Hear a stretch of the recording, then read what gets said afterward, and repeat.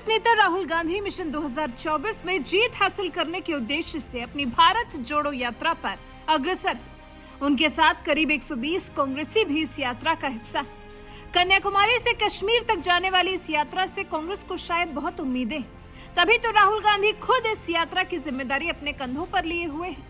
अपनी इस यात्रा के दौरान ही 9 सितंबर को पदयात्रा में राहुल गांधी एक सफेद टी शर्ट पहने दिखे और यही टी शर्ट राहुल गांधी के लिए ट्रोलिंग का कारण बन गई। 41,000 की इस टी शर्ट को लेकर राहुल गांधी को जब घेर लिया गया तो फिर कांग्रेस का भी पारा चढ़ गया।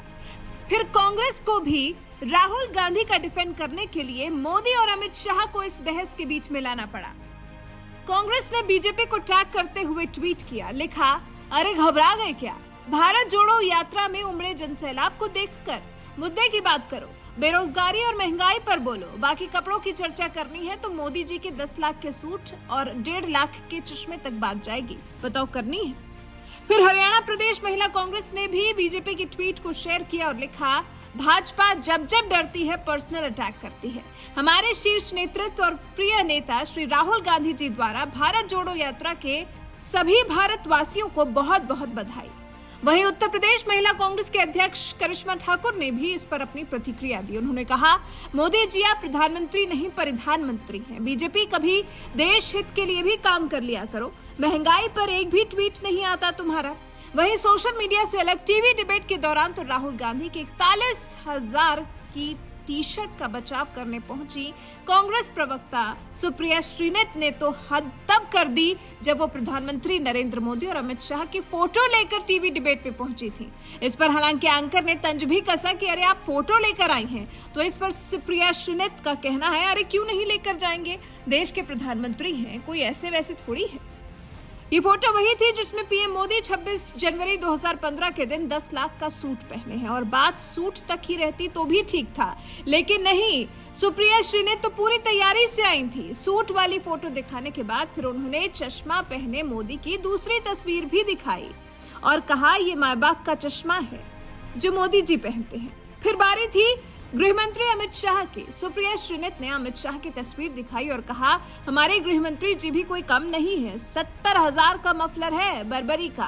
फिर श्रीनेत ने अमित शाह की दूसरी तस्वीर भी दिखाई, कहा, गुच्ची का नाम सबने सुना होगा, 70,000 का मफलर उन्होंने पहना हुआ है।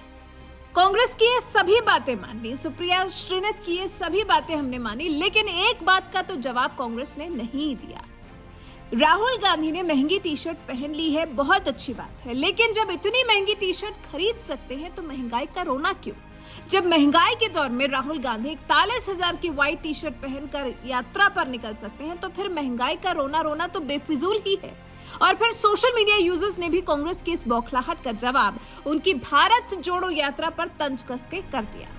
पीसी नाम के यूजर ने लिखा, बीजेपी को तो फ्री की पब्लिसिटी मिल रही है। अमित शर्मा ने पूछा है, कितने अच्छे दिन चाहिए? फोटो पोस्ट की है कन्हैया की जिस पर लिखा है, और कितने अच्छे दिन चाहिए?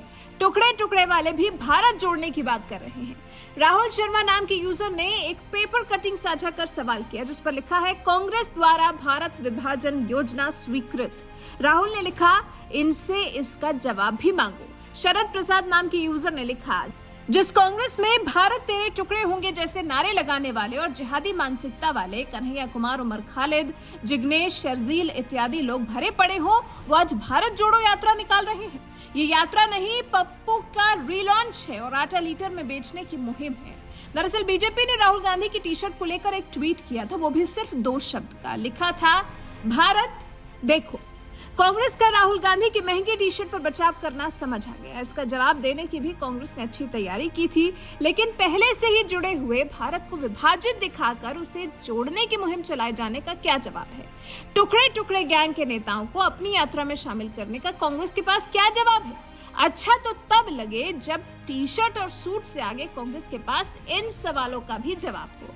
और बौखलाए कांग्रेस सूट भी लाई तो वही 7 साल पुराना नरेंद्र मोदी का 10 लाख का सूट, जिसकी नीलामी हुई 4 करोड़ में, जिस सूट का नाम दर्ज है Guinness book of world record में। जी, 2014 में नरेंद्र मोदी सरकार पहली बार सत्ता में आई थी और उसके अगले ही साल 26 जनवरी 2015 को प्रधानमंत्री नरेंद्र मोदी ने जो सूट पहना था उसकी ही चर्चा है, जो अभी तक होती चली आ रही है।